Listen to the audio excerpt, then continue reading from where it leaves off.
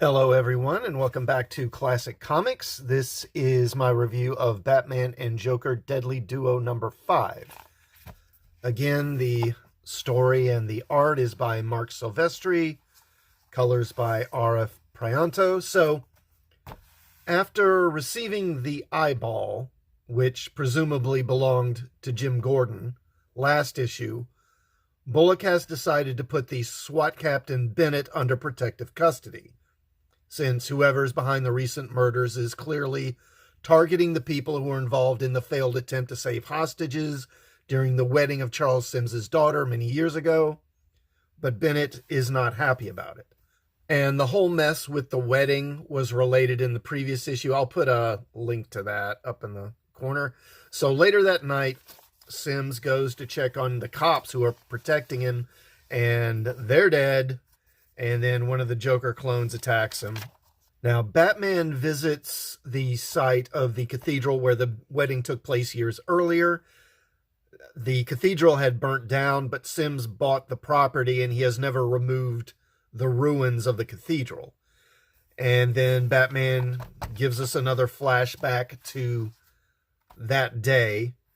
And we see what happened with Sims and his daughter. Batman tried to save them.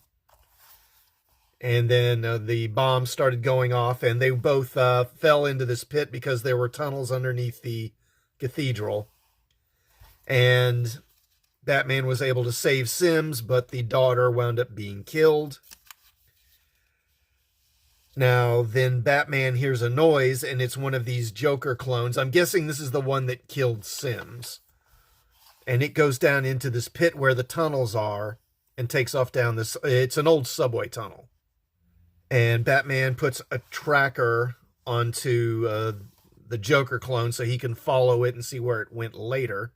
We then go to the Batcave. Now, Joker's been held prisoner for much of this story. And he's complaining, saying, hey, I need to use the bathroom. Then this hood, which has been put over him, gets yanked off. And he thinks it's Batman, but it's Batgirl. And, of course, this is Barbara Gordon, Jim Gordon's daughter, and of course she wants to know where Jim Gordon is because Joker's men are holding him hostage and torturing him.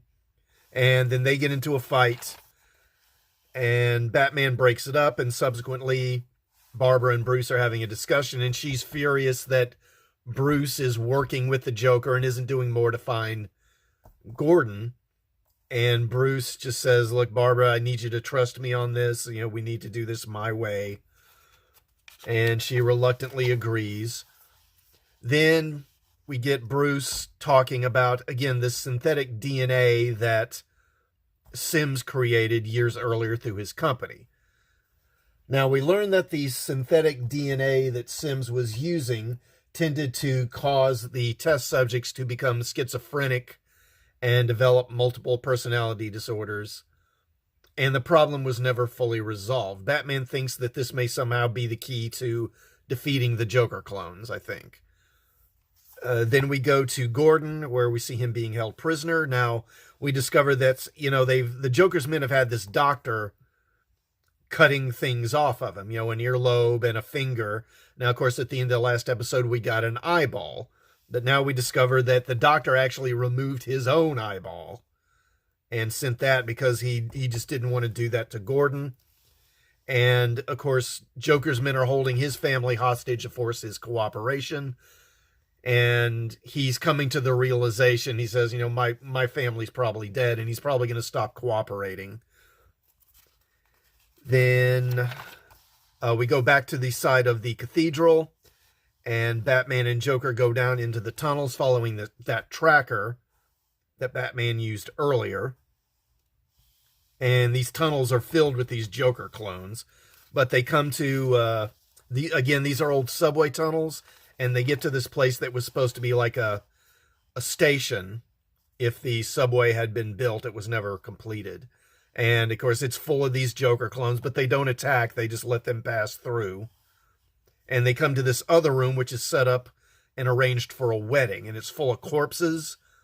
And Batman quickly realizes that the dead people at this wedding are all the people who were at the cathedral that day that Sims's daughter was killed. And Bennett is there, you know, his corpse is there. Then Harley shows up, and of course Harley, you know, whoever is behind all this has been holding Harley prisoner to force Joker's cooperation. But she's been freed, and she's there. And then Batman discovers that Sims is there. Now, of course, this is a bit of a surprise because I had thought, and I think generally the reader's been led to believe, that Sims is the one behind this.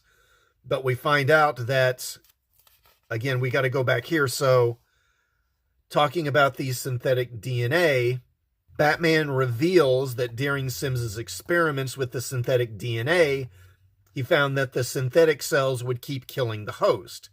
And he discovered there was only a certain rare blood type that could be used in conjunction with the synthetic cells to make them viable, or something like that. Honestly, it gets a bit confusing. But basically, Sims needed a donor who was a genetic match for him, for his own DNA, and that turned out to be his deceased daughter. He used the synthetic DNA on his dead daughter, and it actually resurrected her. And she's the one who is behind this whole thing, not Sims. And wow, I mean, this is quite a plot twist. I never saw it coming. It seemed pretty clear that Sims was the villain, and I never once thought his daughter was going to turn out to be the real villain behind it. And this really kind of shows how good a writer Marc Silvestri has become. He never tipped his hand. He never gave away anything that would make you think this was coming. He's done a great job of laying out this plot and letting it unfold slowly. This miniseries has never felt like it was dragging or that any of the issues were padded in any way or anything like that.